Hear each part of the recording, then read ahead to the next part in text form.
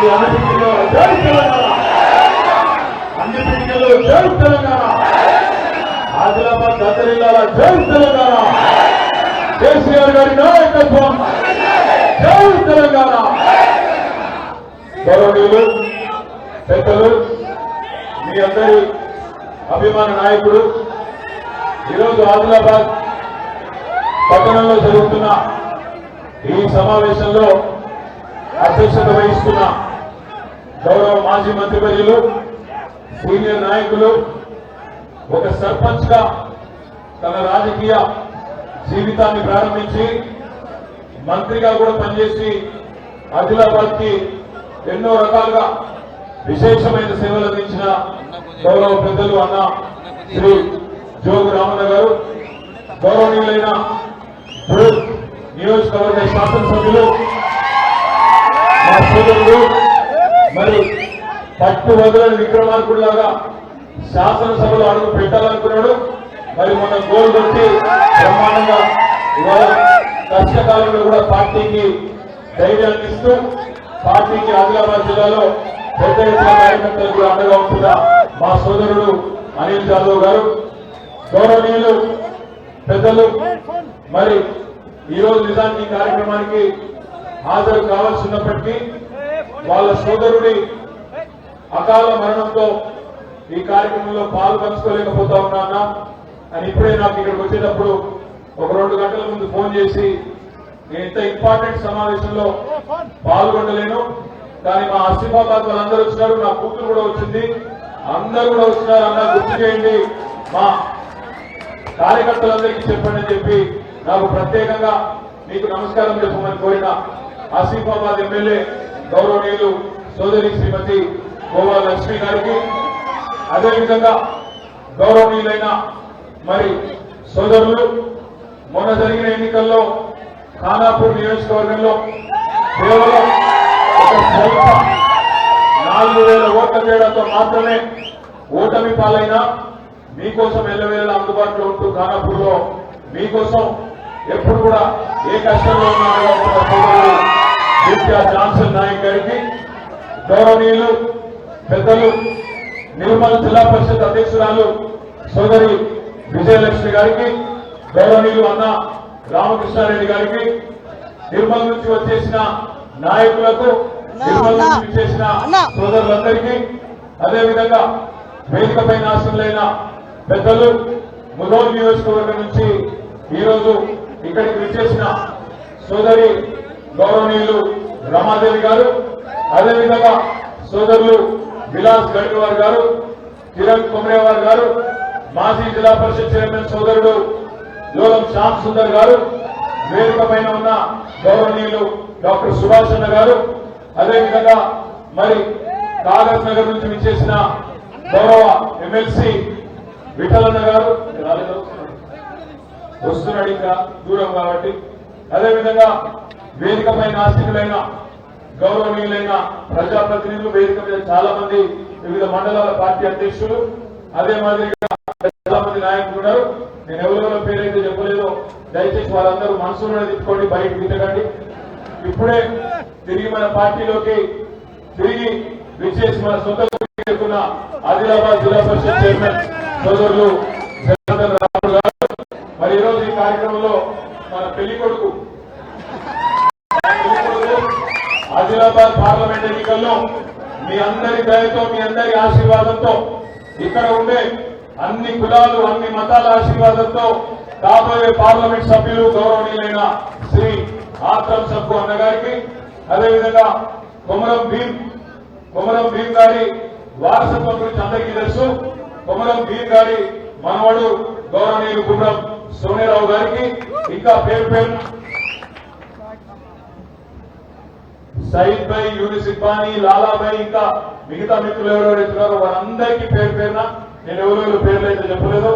పట్టణాధ్యక్షులు సోదరులు అజయ్ గారికి, ఇంకా పేరున అందరికంటే ముఖ్యంగా ఈరోజు ఈ ఎండలో ఇంత ఓపికగా ఇంత పెద్ద ఎత్తున విచ్చేసిన మన 52 మండలాలు, అదేవిధంగా 8 మున్సిపాలిటీలు, 2111 బూత్ల నుంచి విచ్చేసిన మా సోదరులకు సోదరీమణులందరికీ శిరస్సు వంచి హృదయపూర్వకంగా మీ అందరికీ నమస్కారం, స్వాగతం. ఆదిలాబాద్ పట్టణంలో ఉన్న పాత్రికేయ మిత్రులకు కూడా ప్రత్యేకంగా హృదయపూర్వకంగా మీ అందరికీ కూడా నమస్కారం. చాలా కాలం తర్వాత ఇవాళ ఆదిలాబాద్ పట్టణానికి రావడం జరిగింది. మీ అందరికీ కూడా స్వాగతానికి ఇక్కడికి వచ్చిన సందర్భంగా మీరు ఇచ్చిన స్వాగతానికి హృదయపూర్వకంగా ధన్యవాదాలు. హృదయపూర్వకంగా మీ అందరికీ కూడా నమస్కారాలు. ఆదిలాబాద్ పార్లమెంట్ పరిధిలో కేసీఆర్ గారు ఈ రోజు కాదు, ఒక 4 నెలల కిందటనే అభ్యర్థిని ఖరారు చేసినారు. ఆనాడు శాసనసభ ఎన్నికల్లో ఆసిఫాబాద్ లో సిట్టింగ్ ఎమ్మెల్యేగా ఆకురం సక్కు గారు ఉండే. కానీ ఎన్నికల్లో ఆ రోజున్న పరిస్థితులు, అప్పుడున్న వాతావరణం వల్ల సక్కు గారిని పిలిచి కేసీఆర్ గారు ఒకటే మాట చెప్పినారు, అన్నా మీరు సీనియర్ శాసనసభ్యులు పెద్దలు, మరి మీలాంటి వారు పార్లమెంట్ లో ఉంటే పార్టీకి లాభం జరుగుతుంది, తెలంగాణ రాష్ట్రానికి లాభం జరుగుతుంది. ఆదిలాబాద్ నియోజకవర్గంలోని గిరిజన ప్రజలు, ఆదిలాబాద్ లో ఉండే అన్ని వర్గాల ప్రజలకు కూడా మీలాంటి సీనియర్ పార్లమెంట్ కు పోతే బాగుంటది.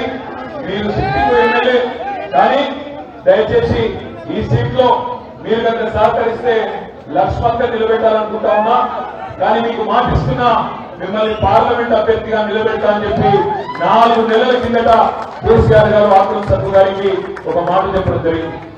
ఇవాళ అధికారంలో లేకపోయినా కొంతమంది నాయకులు అక్కడ ఇక్కడ అధికారం పోగానే తమ తమ దారులు వెతుక్కుంటూ వదిలిపోయినా, ఇవాళ ఒక గిరిజన బిడ్డ, ఒక ఆదివాసీ బిడ్డ, ఒక టీచర్ గా తన ఉద్యోగ జీవితాన్ని ప్రారంభించి ఒక సామాన్యుడిగా రాజకీయాల్లో అడుగుపెట్టి సీనియర్ శాసనసభ్యుడిగా 2 సార్లు గెలిచి మరి మొన్న పార్టీ ఆదేశం మేరకు పక్కకు తప్పుకున్నా, ఇవాళ ఏ ప్రలోభాలకు లొంగకుండా, ఎవరు ఎన్ని చెప్పినా వినకుండా కష్టంలో కూడా నేనున్నా అంటూ ఈ రోజు పార్లమెంట్ అభ్యర్థిగా ముందుకు విచ్చేసిన ఆకురం సక్కు గారికి ఒకసారి గట్టిగా చప్పట్లతో అభినందనలు చెప్పాలి.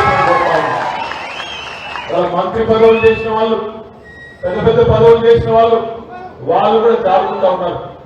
9.5 ఏళ్లు మంత్రులుగా పనిచేసిన వాళ్ళు కూడా కేసీఆర్ గారు పెద్దపీట వేస్తే అధికారం ఉన్న నాళ్ళు కేసీఆర్ గారే గొప్పవాడు, కేసీఆర్ గారే ఇంద్రుడు, చంద్రుడు, దేవుడు అని మాట్లాడిన పెద్ద పెద్ద నాయకులేమో జారుకున్నారు. కానీ ఒక ఆదివాసీ బిడ్డ, ఒక గిరిజన బిడ్డ, నీవాడు పేదవాడైనా కూడా వాల్యూస్, విలువలు ఉన్నవాడు కాబట్టి ఆకురం సక్కు గారు అన్న కష్టంలో కూడా నేనున్నా అని చెప్పి నీ మీద భరోసాతో, మీ మీద నమ్మకంతో మా కార్యకర్తలు ఉన్నారు, నాయకులు పోయినా వాళ్ళు గెలిపించుకుంటారు నన్ను అనే ఒక విశ్వాసంతో ఇవాళ మన పార్టీ అభ్యర్థిగా మీ ముందుకు వస్తా ఉన్నాడు. దయచేసి నేను మిమ్మల్ని కోరేది ఒకటే, ఇవాళ గ్రామీణ ప్రాంతాల్లో, గ్రామాలలో ప్రజలు ఏం మాట్లాడుకుంటున్నారో, ఏమనుకుంటున్నారో మాకంటే బాగా మీకే తెలుసు. సరిగ్గా 120 రోజులైంది కాంగ్రెస్ ప్రభుత్వం వచ్చి.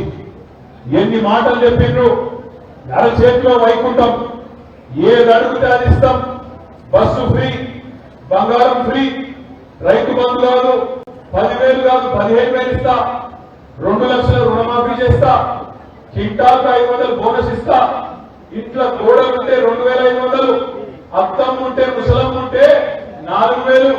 కేసీఆర్ గారు ముసలమ్మకో ముసలయ్యకో ఒకరికే ఇస్తున్నాడు, నేను ఇద్దరికి ఇస్తా, 8,000 ఇస్తా ఇంటికి అని చెప్పి నమ్మబలికి ఈ రాష్ట్రంలో ఇవాళ ఓట్లు వేయించుకొని 100 రోజుల్లో గ్యారెంటీలన్నీ పూర్తి చేస్తామని చెప్పి డైలాగులు కొట్టి గద్దెనెక్కింది కాంగ్రెస్ ప్రభుత్వం రేవంత్ రెడ్డి గారి నాయకత్వంలో. రేవంత్ రెడ్డి గారు అన్నాడు ఏమేం మాటలు మాట్లాడిండో ఒక్కసారి గుర్తు తెచ్చుకోమని చెప్పి నేను కోరుతా ఉన్నా. ఇవాళ గ్రామీణ ప్రాంతాల్లో ప్రజలు ఏమనుకుంటున్నారో కూడా ఆలోచించమని చెప్పి కూడా నేను కోరుతా ఉన్నా. ఏమన్నాడు అన్నాడు ఆయన, డిసెంబర్ 9 నాడు నేను వస్తున్నా, రాగానే ఒక్క సెకండ్ కూడా ఆలస్యం చేయకుండా వెంటనే 2 లక్షల రుణమాఫీ మీద సంతకం పెడతా. ఇప్పటిదాకా లోన్ తెచ్చుకోవడం వల్ల ఎవరైనా ఉంటే బ్యాంకుకు వండి ఊరకండి, తెచ్చుకోండి ఊరికి, నేను మాఫీ చేస్తా డిసెంబర్ 9 నాడు అని రేవంత్ రెడ్డి గారు చెప్పిన మాట దయచేసి గుర్తు తెచ్చుకోండి. డిసెంబర్ 9 అన్నాడు, అధికారంలోకి వచ్చిండు. ఆయన ప్రమాణ స్వీకారం నిజానికి సోనియా గాంధీ గారి జన్మదినం డిసెంబర్ 9 నాడు చేద్దామనుకున్నాడు. కానీ మళ్ళీ ఏమైందో 2 రోజులు ముందుకు జరిపింది. డిసెంబర్ 7 నాడే గద్దెనెక్కిండు. ఎందుకంటే ఎవరైనా కుర్చీ ఎక్కకపోతారేమో భయం. 2 రోజుల ముందే గద్దెనెక్కిండు. గద్దెనెక్కడం మాత్రం 2 రోజుల ముందెక్కిండు. కానీ 2 లక్షల రుణమాఫీ మాత్రం మాయమైంది. డిసెంబర్ 9 అన్నాడు. డిసెంబర్ 9 పోయింది. జనవరి 9 పోయింది. ఫిబ్రవరి 9 పోయింది. మార్చి 9 పోయింది. ఏప్రిల్ 9 పోయింది. నిన్న ముఖ్యమంత్రి గారు కొత్త కథ చెప్తున్నాడు. 15 ఆగస్టు వరకు పూర్తి చేస్తా. పెద్దలు చెప్తారు సామెత, ఓడ మీద ఉన్నప్పుడు ఓడ మల్లన్న, ఒడ్డుకెక్కినాక ఓడ మల్లన్న. ఇప్పుడు ఎలక్షన్ ఉంది కాబట్టి రైతులు ఈ పలకొడతారని అర్థమైంది కాబట్టి ఏమైనా ఆయన డిసెంబర్ 9 అన్నావు, మన దాటిపై 5 నెలలే ఏం సంగతి అని చెప్పి కర్రు కాల్చి వార్త పెడతారనే భయంతో 15 ఆగస్టు అని చెప్పి కొత్త డైలాగులు కొడతా ఉన్నాడు. అందుకే నేను అంటున్నా, ఇప్పుడు సక్కుబాయి చెప్పింది కరెక్ట్. సక్కుదాదా ఏమన్నాడు, మీకు రుణమాఫీ కావాలి, 2 లక్షల రుణమాఫీ కావాలంటే ఖచ్చితంగా గులాబీ జెండా ఓటేస్తేనే రుణమాఫీ అయితే తప్ప, లేకపోతే రేవంత్ రెడ్డి మాట నిలుపుకునే ఆలోచనలు లేదు. మీకు 2,500 రూపాయలు కావాలన్నా, ముసలిలకు 4,000 రూపాయలు ఇస్తారన్న మాట నిజం కావాలన్నా, 2 లక్షల రుణమాఫీ ఖచ్చితంగా జరిగి తీరాలన్నా కాంగ్రెస్ కు కర్రు కాల్చి వార్త పెడితేనే, సురుకు పెడితేనే, మనకు ఓటేస్తేనే అక్కడ బండి కదులుతా తప్ప, లేకపోతే మాత్రం రేవంత్ రెడ్డి ఇచ్చిన ప్రతి హామీని ఎత్తగొట్టు కూడా ఖాయం. ఫ్రీ బస్సు కూడా మాయం కూడా పక్కా ఖాయం. ఎందుకంటున్నా ఈ మాట అంటే మీరు చూడండి ఆయన ఏం మాట్లాడుతున్నాడు. ఏమంటాడు, సెక్రటేరియట్ వచ్చింది ముఖ్యమంత్రి, వచ్చి అంటాడు, నేను ఇక్కడ లంక బిందెలు ఉంటాయని వచ్చినా లంక బిందెలు లేవు, ఖాళీ కుండలు ఉన్నాయి అంటున్నాడు. లంక బిందెల కోసం ఎవరు తిరుగుతారన్నా? గడ్డపాలలు పట్టుకొని, తట్టపాలలు పట్టుకొని, నెత్తి మీద అర్ధరాత్రి తువ్వాలు కప్పుకొని, పాడుపడ్డ గడిలల్లా, పాడుపడ్డ బంగ్లాలల్లా, పాత దేవాలయాలల్లా ఎవరు తిరుగుతాడు? ఎవరు? పచ్చి దొంగలు తిరుగుతారు. మరి ముఖ్యమంత్రి ఇదివరకు ఏం పని చేస్తున్నాడు నాకు తెలియదు, కానీ లంక బిందెలని మాట్లాడుతున్నాడు. ఒక ముఖ్యమంత్రి స్థాయిలో మాట్లాడవలసిన మాటలేనా? అదే విధంగా ఆయన మాట్లాడే మాటలంటే చాలా విచిత్రం. ఆయన మంత్రుడు ఏమైనా రేవంత్ రెడ్డి రైతు బంధు అన్నావు, రైతు బంధు 10,000 కేసీఆర్ పిచ్చమేస్తుండు, నేను రాగానే 15,000 ఇస్తా, రైతు భరోసా అన్నావు. ఏమైందయ్యా అంటే ఒక మంత్రి అంటాడు, వెంకటరెడ్డి అంటే ఆయన రైతు బంధు అడిగితే చెప్పు తీసుకొడతా అంటాడు. రైతు బంధు అడుగుతానట చెప్పు తీసుకొడతారట. నేను అడుగుతా ఉన్న ఆదిలాబాద్ లో ఉండే రైతు బిడ్డలందరికీ, ఆదిలాబాద్ లో ఉండే గిరిజన బిడ్డలందరికీ కేసీఆర్ గారు ఉన్నప్పుడు 10 ఏళ్ల పాటు 70,000 కోట్ల రూపాయలు 70 లక్షల రైతుల ఖాతాల్లో మీరు ఒక్కసారి కూడా అడిగే అవసరం లేకుండా టింగు టింగు టింగు టింగు అని పెద్ద మాట యాదుకున్నదా? ఆ రోజేమో మీరు అడిగే అవసరం లేకుండా, దండం పెట్టే అవసరం లేకుండా, దరఖాస్తు పెట్టే అవసరం లేకుండా 70 లక్షల మంది రైతుల ఖాతాల్లో కడుపులో చల్ల కదలకుండా అక్కడ మీరు కూర్చుంటే కూడా మీ బ్యాంకు ఖాతాల్లో 70,000 కోట్ల రూపాయలు వేసిండు కేసీఆర్ గారు. కానీ ఈ రోజు కాంగ్రెస్ నాయకులు రైతు బంధు అడిగితే చెప్పు తీసుకొడతామంటున్నారు. మరి రేపటి రోజున మే 13న రైతులు చెప్పులు తీసి కాంగ్రెస్ పార్టీకి బుద్ధి చెప్పాలని మాత్రం చెప్తారు. ఆలోచించండి, కేసీఆర్ గారు ఉన్నప్పుడు ఎవ్వరు కూడా అడగవలసిన అవసరం లేకుండానే కరెంట్ మంచిగా వచ్చింది. కేసీఆర్ గారు ఉన్నప్పుడు టైంకు ఎరువులు, టైంకు విత్తనాలు, టైంకు రైతు బంధు, టైంకు కొనుగోలు కేంద్రాలు, మీరు అటు కొనుగోలు కాగానే పంట కొనగానే 10-20 రోజులలో మీ ఖాతాలలో పైసలు, కడుపు నిండా బ్రహ్మాండంగా నీళ్లు, ఎక్కడికక్కడ బోర్లు కూడా రివర్స్ లో అనేంత బ్రహ్మాండంగా భూగర్భ జలాలు. ఇది ఆనాటి పరిస్థితి. కాంగ్రెస్ వచ్చింది, కరువును తీసుకొని వచ్చింది. ఈ కాంగ్రెస్ పార్టీ వచ్చినాక, కాంగ్రెస్ ప్రభుత్వం వచ్చినాక గ్రామాలలో ఏం వాతావరణం ఉన్నదో, ఏం పరిస్థితి ఉన్నదో ఒక్కసారి ఆలోచించండి. కరెంటు చక్కకుండదు, మంచినీళ్ళ కోసైతున్నది. నేను మొన్న చూసిన ఆసిఫాబాద్ నియోజకవర్గంలో మిషన్ భగీరథ కూడా మనం మారుమూల తాండాలు, మారుమూల గిరిజన గూడెలలో కూడా ఇంటింటికి నల్లబెట్టి కేసీఆర్ గారు నీళ్ళు అందిస్తే ఆనాడు ఇదే విలేకరులు వార్తలు రాసేది. ప్రతి సంవత్సరం ఉండేది ఏజెన్సీలో అంటు రోగాలు, మంచం పట్టిన మన్యం అని ప్రతి వర్షాకాలంలో వార్తలు ఉండేది. ఎండాకాలం వచ్చిందంటే అతిసార వ్యాధి, వానాకాలం వచ్చిందంటే మంచం పట్టిన మన్యం, విష రోగాలు, అంటు రోగాలు, జ్వరాలు, ఇట్లా ప్రతిరోజు ప్రతి సంవత్సరం వార్తలు ఉండేది. కానీ ఎప్పుడైతే మిషన్ భగీరథ పూర్తయిందో, ఎప్పుడైతే ఇంటింటికి మంచినీళ్ళు ఇచ్చే బ్రహ్మాండమైన కార్యక్రమం పూర్తయిందో, గత 7-8 ఏళ్లుగా ఎన్నడూ కూడా ఈ వార్తలు మనం చూడలేదు. ఆడబిడ్డలు మళ్ళీ కుండలు బిందెలు పట్టుకొని వాగుల కాడికి ఇంకో ఎక్కడెక్కడ ఉండే నీళ్ల కాడికి ఇవాళ మళ్ళీ దేవులాడుకునే రోజులు కాంగ్రెస్ ప్రభుత్వం తెచ్చిన మాట వాస్తవమా కాదా గ్రామాలలో చర్చ పెట్టాలని చెప్పి మీకు విజ్ఞప్తి చేస్తా ఉన్నాం. కానీ తప్పు రేవంత్ రెడ్డిది కాదు. రేవంత్ రెడ్డి నిజానికి స్పష్టంగా చెప్పిండు. ఏం చెప్పిండు? ఎలక్షన్లకు ముందే చెప్పిండు. ప్రజలు మోసపోవాలనే కోరుకుంటారు, ప్రజలు మోసగాలనే నమ్ముతారు, మోసపోవాలనే కోరుకుంటారు. మరి వాళ్ళు కోరుకున్నప్పుడు మోసం చేయకపోతే మా తప్ప అవుతుంది అని చెప్పి నిజాయితీగా చెప్పి మరీ మోసం చేసిండు రేవంత్ రెడ్డి గారు. ఆయన తప్పు కాదు, కానీ మన తప్పే. ప్రజలకు మనం వాస్తవాలు చెప్పలేదు. 10 ఏళ్లలో ఏమేం పనులు చేసినామో ఈ రాష్ట్రంలో మనమే సరిగ్గా చెప్పుకోలేకపోయినాం. అత్యధికంగా భారతదేశంలో 10 ఏళ్లలో పిల్లలకు ప్రభుత్వ ఉద్యోగాలు ఇచ్చింది తెలంగాణ రాష్ట్ర ప్రభుత్వం కేసీఆర్ గారి నాయకత్వంలో. 1,60,283 మంది పిల్లలకు ప్రభుత్వ ఉద్యోగాలు ఇచ్చిన ప్రభుత్వం కేసీఆర్ గారి ప్రభుత్వం. మొన్న రేవంత్ రెడ్డి గారు ఇచ్చిన 32,000 ఉద్యోగ కాగితాలు కూడా మన ప్రభుత్వంలో ఇచ్చినవి తప్ప ఆయన ఇచ్చినవి కాదు. కానీ ఈ 2 లక్షల ఉద్యోగాలు ఇచ్చిన మన విషయాన్ని మన పిల్లలకు మనమే చెప్పుకోలేకపోయినాం. తాండాలలో, గూడాలలో అక్కడ జరిగే దుష్ప్రచారాన్ని సరిగా తిప్పి కొట్టలేకపోయినాం. నేను మీ అందరినీ ప్రార్థించేది ఒకటే, మనం కూడా మళ్ళీ తాండాలలో, గూడాలలో ఇది ఒక సప్పుదాల ఎలక్షన్ కాదు, ఆత్రం సప్పుగారి ఎలక్షన్ కాదు, ఇది పార్టీ ఎలక్షన్. నిలబడ్డది ఒక్క సప్పుదాల కావచ్చు, కానీ ఇది మనందరి ఎలక్షన్, మనందరి భవిష్యత్తుతోని, పార్టీ భవిష్యత్తుతోని ముడిపడి ఉన్న ఎలక్షన్ అనే మాట నేను మీకు గుర్తు చేస్తా ఉన్నా. 2111 బూతులలో ఉంటే మా అన్నలు, తమ్ముళ్ళు, అక్కలు, చెల్లెలు మీ అందరినీ నేను ప్రార్థిస్తా ఉన్నా.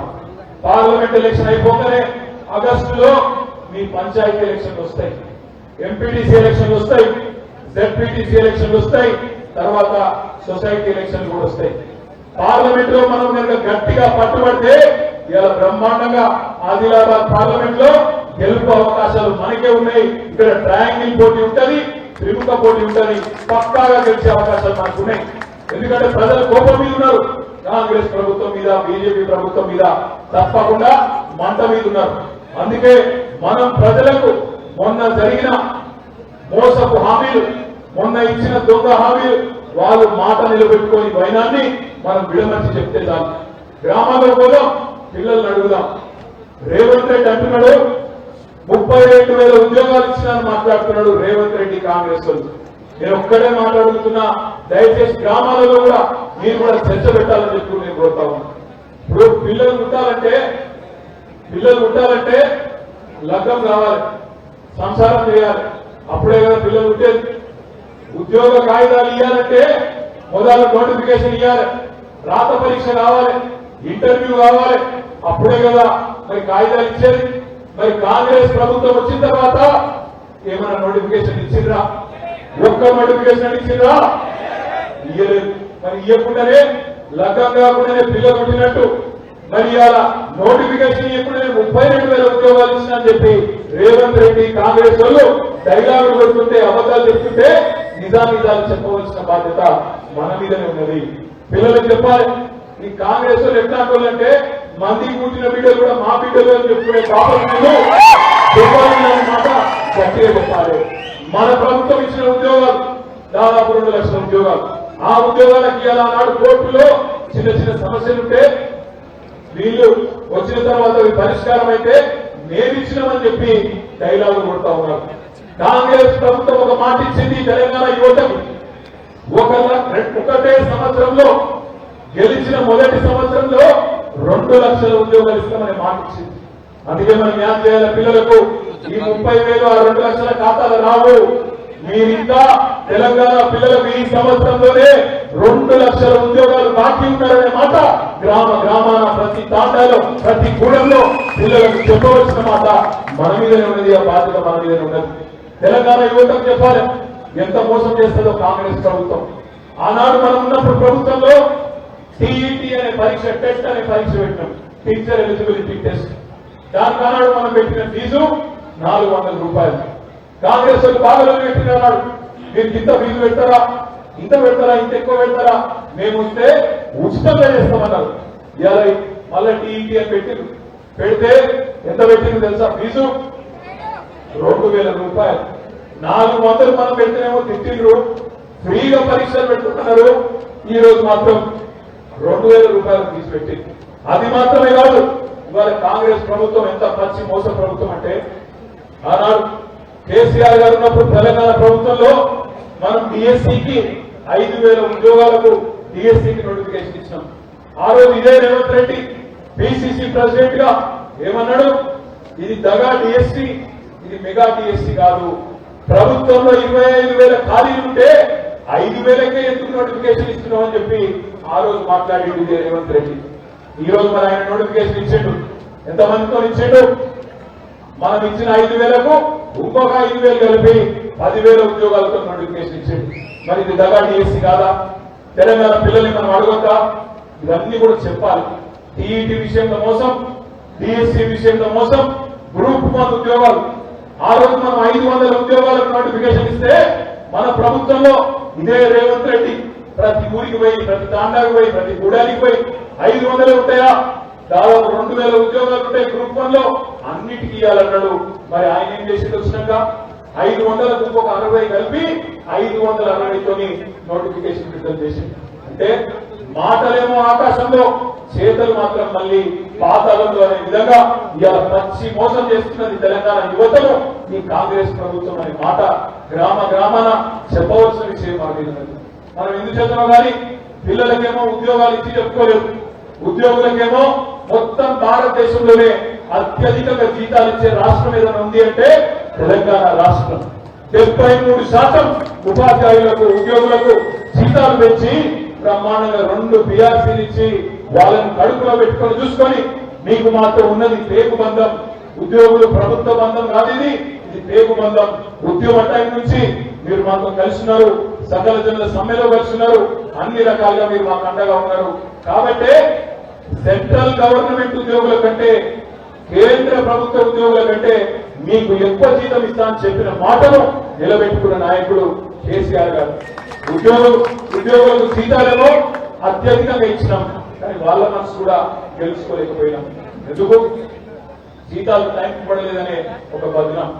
కరోనా తర్వాత కొంత ఆర్థిక సంక్షోభం వచ్చిన తర్వాత రైతు బంధాలు, సంక్షేమ కార్యక్రమాలు, కళ్యాణ లక్ష్మి, షాదీ ముబారక్ ఇట్లాంటి ఆసరా పెన్షన్లు ఇవి ఆగొద్దని చెప్పి అవసరమైతే ఉద్యోగులకు 4-5 రోజులు ఆలస్యం ఇచ్చినా నడుస్తుంది, పేదవాళ్ళను కడుపులో పెట్టుకొని చూసుకోవాలనే ఉద్దేశంతో కేసీఆర్ గారు ఆ నిర్ణయం తీసుకున్నారు తప్ప ఉద్యోగుల మీద కోపంతోనో ఉపాధ్యాయుల మీద పగతోనో కానీ కాదు.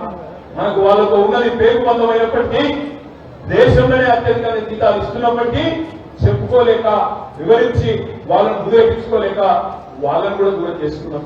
ఎందుకు చెప్తా ఉన్నా అంటే వీళ్ళనే మళ్ళీ మనం తిరిగి కలవాలా, యువకులను కలవాలా, ఉద్యోగులను కలవాలా, మన గిరిజన సోదరులను కలవాలా, లంబాడా సోదరులు, అదేవిధంగా మన ఆదివాసీ సోదరులు, వాళ్ళందరికీ మన ప్రభుత్వం ఉన్నప్పుడు 6% రిజర్వేషన్ 10% పెంచుకున్నాం.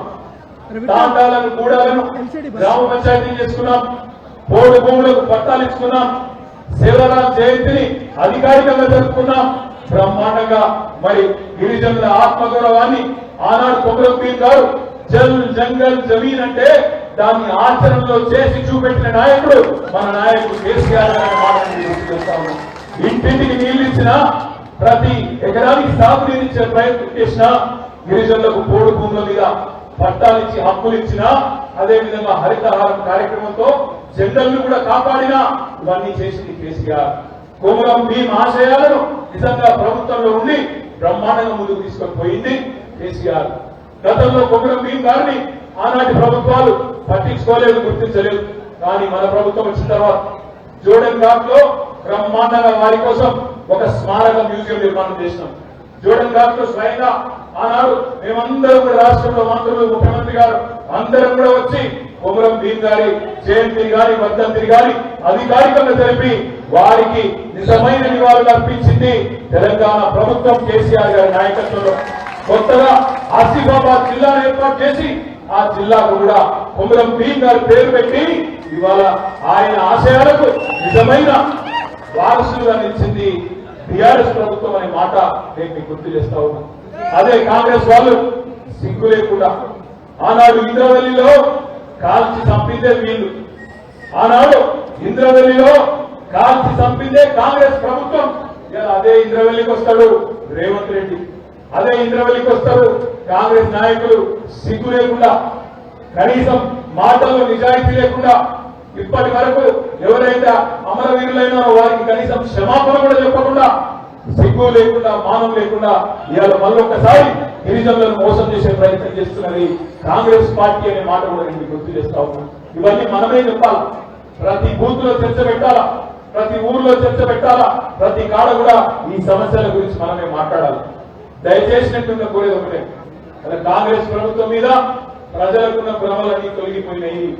ప్రజలు ఎదురు చూస్తున్నారు, ఎప్పుడు సందర్భం వస్తుందా మే 13 నాడు ఎట్లా కరుడు కాల్చి వాత పెట్టాలన్నా, ఎట్లా మళ్ళొక్కసారి గులాబీ జెండా ఎగరేసి ఆత్రం సత్తు గారిని గెలిపించి కేసీఆర్ గారిని తిరిగి బ్రహ్మాండంగా మళ్ళొక్కసారి ఈ పార్టీకి తిరుగులేదు అనే విధంగా ఎట్లా మద్దతు ఇవ్వాలన్న దాని మీద ప్రజలు దృఢంగా ఉన్నారు. కానీ నాయకులే అక్కడక్కడ పెద్ద పెద్ద పదవులు చేసిన నాయకులు కూడా జబర్దారేసి మారిపోతా ఉన్నారు. వాళ్ళకు కూడా ఒకటే విజ్ఞప్తి చేస్తా ఉన్నా, అధికారం శాశ్వతం కాదు, అధికారం శాశ్వతం కాదు, పోయింది అధికారం మాత్రమే. కార్యకర్తల్లో పోరాట పటిమ ఎంత మాత్రం తగ్గలేదు, కార్యకర్తల్లో పోరాట పటిమ తగ్గలేదు. నాయకులు పదవుల కోసం పైరవుల కోసం పార్టీలు మారుతుండొచ్చు, అధికారం ఎన్నికలకు వస్తుండొచ్చు, కానీ గ్రామాల్లో కార్యకర్తలు మాత్రం గట్టిగున్నారు.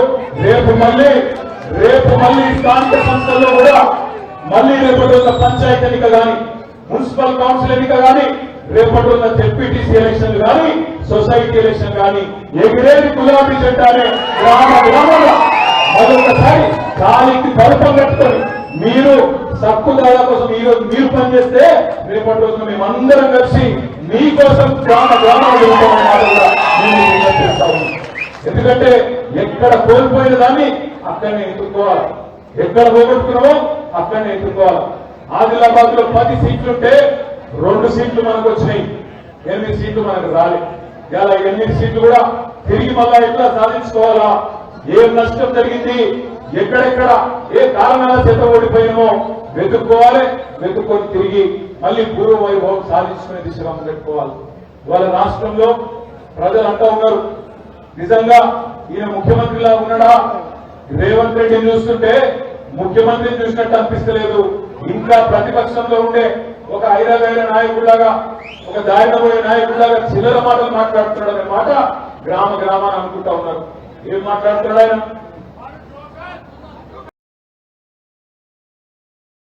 జేబులో కత్తెర పెట్టుకొని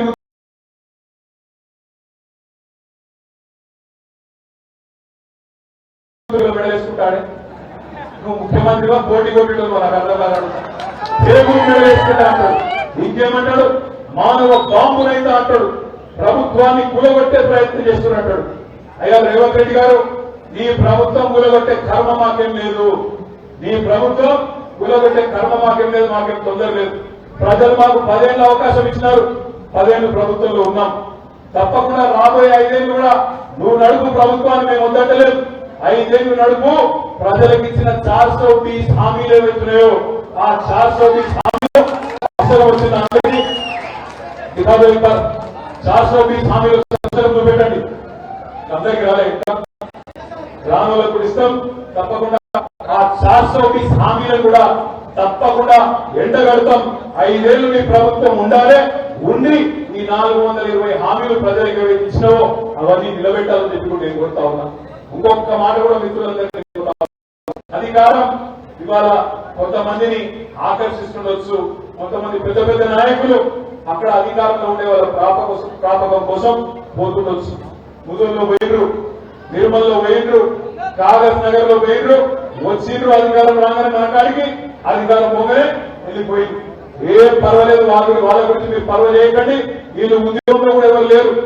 ఆనాడు తెలంగాణ ఉద్యమం జరిగినప్పుడు ఆ రోజున మీరే, మళ్ళా ఇండియాలో ఉన్నది మీరే. ఎవరైతే చిక్కటి నాయకులు చిక్కటి కార్యకర్తలున్నారో వాళ్ళే మిగిలిరు, వాళ్ళనే వేసుకొని మళ్ళా కూలకూడదాం.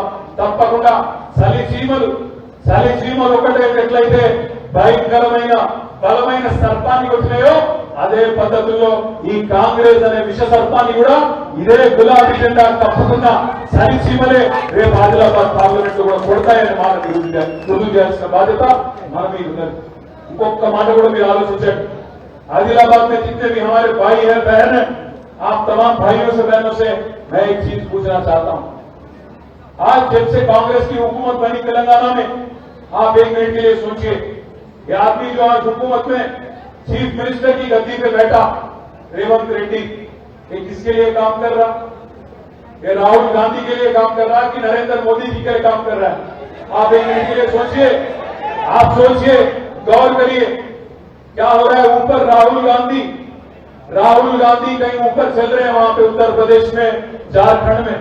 क्या बोल रहे राहुल गांधी ये बोलते हैं कि चौकीदार चोर है, चौकीदार चोर है। चौकीदार टेबल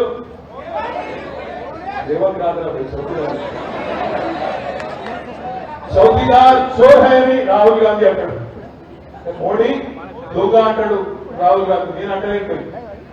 రాహుల్ గాంధీ అంటాడు, రాహుల్ గాంధీ ఏమో చౌకీదార్ చోర్ హై అంటాడు. రేవంత్ రెడ్డి ఏమంటాడు ఇద్దరు వెళ్ళికొచ్చి, एक चोर नहीं है हमारे बड़े भाई है। नरेंद्र मोदी आदिलाबाद में इंदरवेली में हमारे बड़े भाई है, चोर नहीं, बहुत अच्छे इंसान है हमारे बड़े भाई।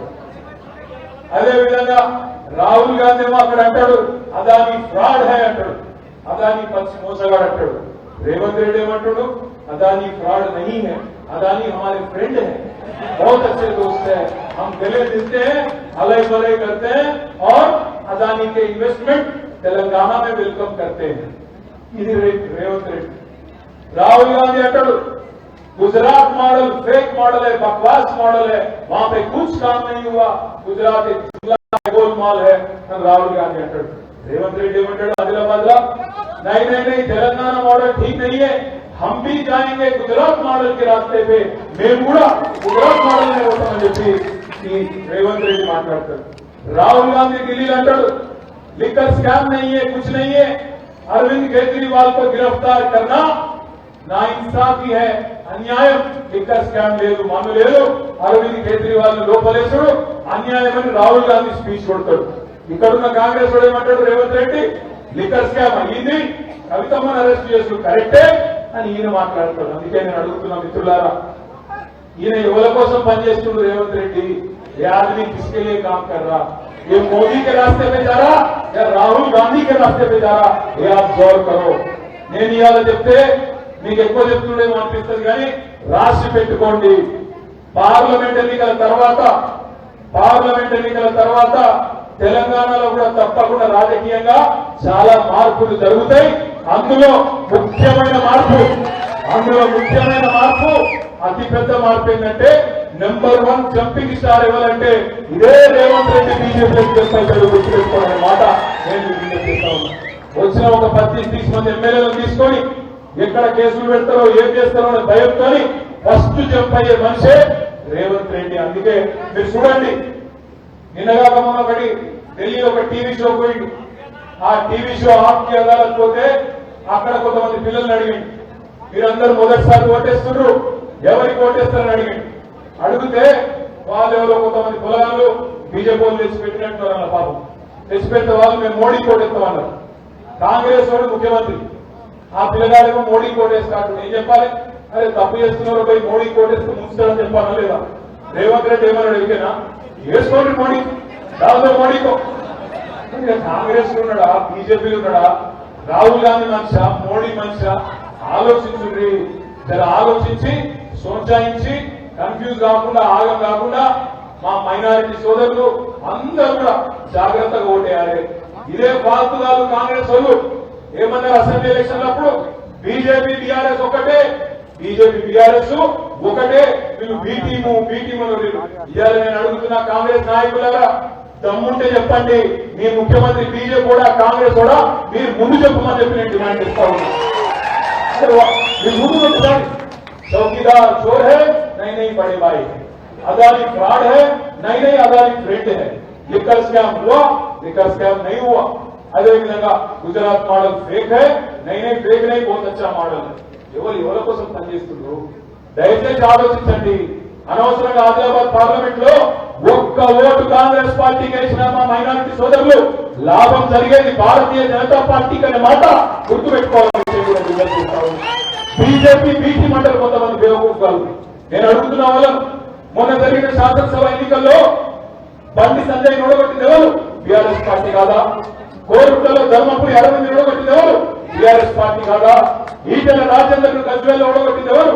బీఆర్ఎస్ పార్టీ కాదా? అదే ఈటెల రాజేందర్ హుజూరాబాద్ ఓడగొట్టింది ఎవరు? బీఆర్ఎస్ కాదా? బోధులో మా తమ్ముడు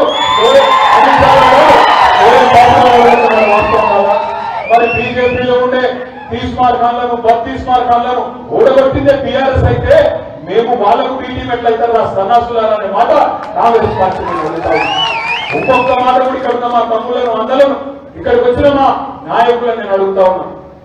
డేంజర్ నిజంగా చెప్పాలంటే దేశంకున్నది బీజేపీతోనే ఉన్నది, అందులో ఏం అనుమానం కూడా అవసరం లేదు.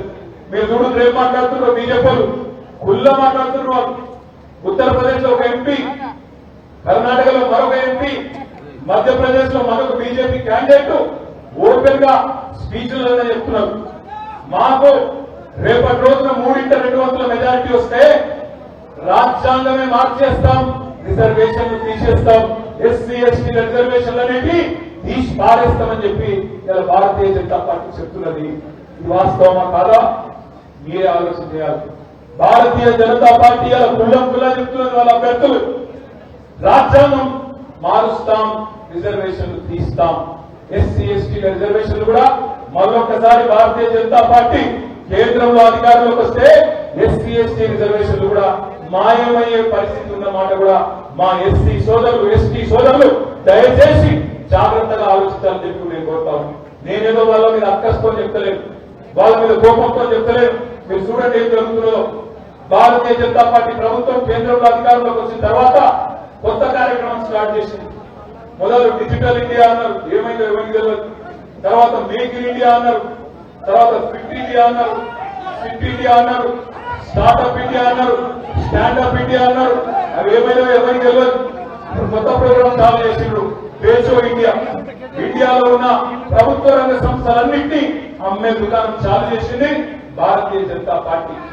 ఎన్నికలకు ముందేమో ఆదిలాబాద్ లో ఉండే cement corporation of India CCI దాన్ని తిరిగి తెరిపిస్తాని 5 ఏళ్ల కిందట ఇక్కడికి వచ్చి కేంద్ర హోంమంత్రి అమిత్ షా మాటిచ్చింది. 5 ఏళ్ల తర్వాత మరి అదే బీజేపీ అదే సిసిఐని అమ్మకానికి పెట్టిన మాట వాస్తవమా కాదా? ప్రభుత్వ రంగ సంస్థలుంటే ఒక లాభం ఉంటుంది ఎస్సీ ఎస్టీ సోదరులకు. ఏముంటది? ప్రభుత్వ రంగ సంస్థల ఉద్యోగాలలో రిజర్వేషన్లు ఉంటాయి. అదే ప్రభుత్వ రంగ సంస్థలు అమ్మేస్తే అదానికో అంబానీకో ఇంకొకరికో అలా రిజర్వేషన్ ఉంటుందా ప్రైవేట్ లా? మరి అలా బీజేపీ వైఖరితో మీకు ఈ పార్టీ అర్థం కావాలా? కేంద్రంలో ఉండే ప్రభుత్వ రంగ సంస్థలన్నింటినీ తెగ నమ్ముతున్నది బీజేపీ ప్రభుత్వం. ఎస్సీ ఎస్టీ రిజర్వేషన్లకు ఆ సంస్థలను నమ్మడం వల్ల ఇలా పూర్తిగా ఉద్యోగాలు లేకుండా చేస్తున్నది బీజేపీ ప్రభుత్వం.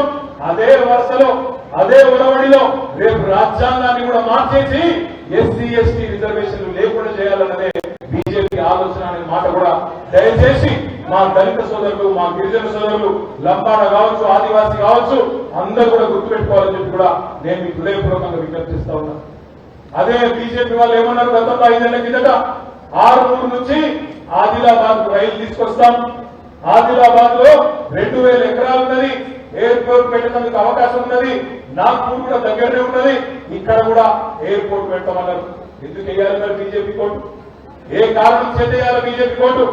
సిసిఐ తెలిపినందుక, ఎయిర్పోర్ట్ పెట్టనందుక, ఆదిలాబాద్ నుంచి ఆరుమూరుకు రైలు చేయనందుక, లేదా ఈ దేశంలో మతం పేరు మీద మంటలు పెడుతున్నందుక ఎందుకు వేయాలి బీజేపీ కోర్టు? ఒక ఆయన ఉన్నాడు కరీంనగర్ లో బండి సంజయ్, ఆయన అంటాడు దేవుడయ్యా దేవుడు మోడీ అంటాడు. ఎవరు దేవుడు? ఎవలకు దేవుడు మోడీ? జీవెక్కించి తొక్కించిన రైతులకు దేవుడా? నువ్వే కదా, నీ ప్రభుత్వమే కదా. జీవులెక్కించి రైతులను చంపింది నీ ప్రభుత్వం కాదా? వాళ్ళకు దేవుడా?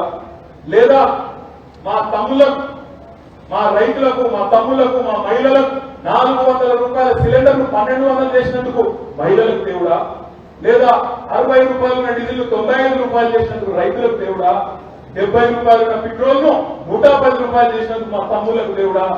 2 కోట్ల ఉద్యోగాలు ఇస్తానని చెప్పి సంవత్సరానికి 10 ఏళ్లలో ఇవాళ 20 లక్షల ఉద్యోగాలు కూడా ఇవ్వకుండా 20 కోట్ల ఉద్యోగాలు ఇస్తానని చెప్పి 20 లక్షల కూడా ఉద్యోగాలు కూడా ఇవ్వనందుకు మా యువకులకు దోస్తా యువలకు దేవుడు? తెలంగాణకు ఒక్క మెడికల్ కాలేజ్ ఇయ్యలేదు, ఒక్క నవోదయ పాఠశాల ఇయ్యలేదు. కాజీపేటలో కోచ్ ఫ్యాక్టరీ పెట్టమన్నారు, ఆదిలాబాద్ లో సిసిఐ అన్నారు, బయ్యారంలో ఉక్కు కర్మాగారం అన్నారు, తెలంగాణ ప్రాజెక్టులకు జాతీయ హోదా ఇస్తామన్నారు. ఒక్క రూపాయి కూడా ఇయ్యలే భారతీయ జనతా పార్టీ. ఎవరకు దేవుడు? ఎందుకు దేవుడు? ఏమన్నా మాట్లాడితే గట్టికంటే జై శ్రీరామ్. మనకు రాముడితోనే పంచాయతీ లేదు, రాముడితో మనకేం పంచాయతీ లేదు. నేను ఒకటే అంటున్నా, మీరు కూడా గుర్తుపెట్టుకోండి, గ్రామాలలో చెప్పండి.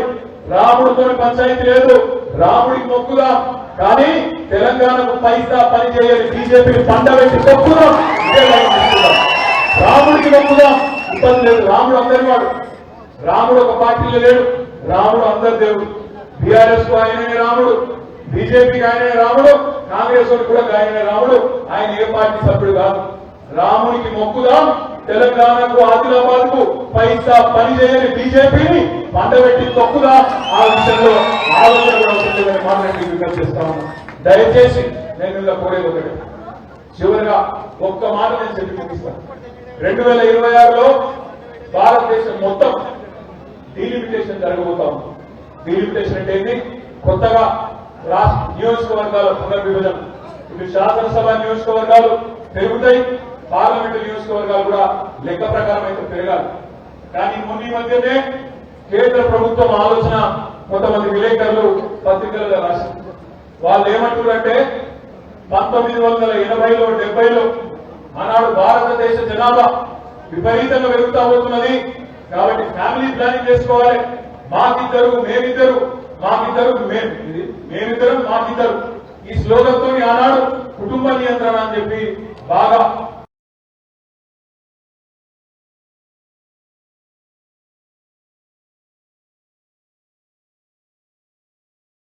మన ఆనాటి ఆంధ్రప్రదేశ్, ఈనాటి తెలంగాణ, పక్కకున్న కర్ణాటక, అవతల పక్కకున్న తమిళనాడు, కేరళ, మొత్తం దక్షిణాదిలో ఉన్న రాష్ట్రాలన్నీ కుటుంబ నియంత్రణ బాగా పాటించింది. అందుకే ఇక్కడ జనాభా తగ్గింది. కానీ ఉత్తరాదిలో ఉండే ఉత్తరప్రదేశ్, మధ్యప్రదేశ్, బీహార్, రాజస్థాన్ వాళ్ళేమో ఇల్లే మాట, ఆడేమో జనాభా పెరిగింది. ఇవాళ కేంద్రం ఏం ఆలోచిస్తుంది ఎక్కడైనా? వాళ్ళు ఏమంటారంటే రేపు సీట్లు పెంచాలి 2026లో. ఎక్కడ ఎంతమంది ఉంటే అక్కడ అన్ని సీట్లు పెంచుతామంటారు. ఇది న్యాయమా? ఇది కరెక్టా? దక్షిణాదిలోనేమో కుటుంబ నియంత్రణ పాటించి దేశం కోసం అని చెప్పి పిల్లలు కనుకుండా ప్రభుత్వం చెప్పిన మాటిన వాళ్ళకేమో సీట్లు తగ్గిస్తారట. కానీ ఉత్తరాదిన ప్రభుత్వం చెప్పిన మాటినకుండా ఇష్టం వచ్చిన పిల్లలు కానీ మరి అక్కడ పేదరికం పెంచిన వాళ్ళకేమో సీట్లు పెంచుతారట. ఎందుకు ఉండాలి బీఆర్ఎస్ అని అడుగుతున్నారు కొంతమంది. పార్లమెంట్ లో ఎందుకు ఉండాలి బీఆర్ఎస్? ఇది జాతీయ పార్టీల మధ్య ఎలక్షన్ కదా, మీకేం సంబంధం అంటారు. ఎందుకు ఉండాలి బీఆర్ఎస్ అంటే రేపటి రోజున తెలంగాణలో మన పార్లమెంట్ సీట్లు తగ్గితే దానికోసం కొట్లాడాలంటే కొట్లాడే ఒకే ఒక జెండా ఈ గులాబీ జెండా మాత్రమే. కాంగ్రెస్ బీజేపీ సన్నాసులు, ఆ టూడు బసవన్నలు, వాళ్ళు ఢిల్లీ వాళ్ళు ఉసుకో అంటే ఉసుకో, డిస్కో అంటే డిస్కో, సిట్ అంటే సిట్టు, స్టాండ్ అంటే స్టాండ్, నోరు కూడా తెలవరు వాళ్ళు పార్లమెంట్ లో. తెలంగాణకు రేపటి రోజున పార్లమెంట్ లో ఏ ప్రయోజనాలు కావాలన్నా, రేపు ఆదిలాబాద్ లో సిసిఐ ఫ్యాక్టరీ గురించి అవసరమైతే ఆమరణ దీక్ష చేయాలన్నా లేదా గల్లా బట్టి అడగాలన్నా అది సాధ్యమయ్యేది తప్పు గారికి ఈ గులాబీ జెండా మాత్రమే తప్ప. రేపు పార్లమెంట్ సీట్లు ఇక్కడ తగ్గుతున్నాయి తెలంగాణలో అంటే గట్టిగా కొట్లాడగలిగే నాయకుడు కేసీఆర్ తప్ప ఈ బీజేపీ కాంగ్రెస్ సన్నాసులతో ఆ పని కాదు. రేపటి రోజు ఇక్కడ రైల్వే లైన్ రావాలన్నా, ఆదివాసీలకు రక్షణ ఉండాలన్నా, రాజ్యాంగంలో మళ్ళీ మన గిరిజనులకు కానీ మన దళిత సోదరులకు కానీ రిజర్వేషన్లు పోవద్దన్నా తప్పకుండా ఈ జెండా ఇక్కడ ఉంటేనే మన తెలంగాణకు శ్రీరామ రక్ష అనే మాట అందరూ గుర్తుపెట్టుకోవాలి. రోజులు సత్తుదాదా అన్ని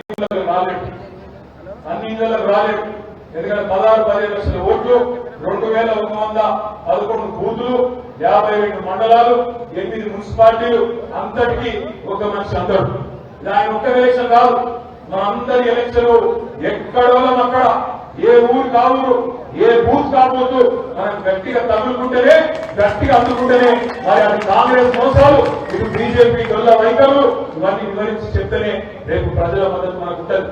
గుర్తు చేయండి ప్రజలకు, కేసీఆర్ ఉన్నప్పుడు ఎట్లుండే, ఎట్లా నీళ్లు వస్తుండే, ఎట్లా కరెంట్ వస్తుండే, ఎట్లా రైతు బంధు వస్తుండే, ఎట్లా పెన్షన్లు వస్తుండే, ఎట్లా కళ్యాణ లక్ష్మి వస్తుండే గుర్తు చేయండి. ప్రజలను అడగండి, కులం బంగారం వస్తుందా అడగండి, కులం బంగారం అన్నారు అడగండి, వస్తున్నదా లేదా, 15,000 వస్తున్నదా అడగండి, కరెంట్ చక్కగా వస్తుందా అడగండి, రుణమాఫీ అయిందా అడగండి, కాంగ్రెస్ వారికి ఏ హక్కు ఉంది అని ఓటు అడుగుతున్నాడో ఇలా తీయండి, ఎండగట్టండి, ఇలా తీయండి కాంగ్రెస్ పార్టీని, బీజేపీ పార్టీని.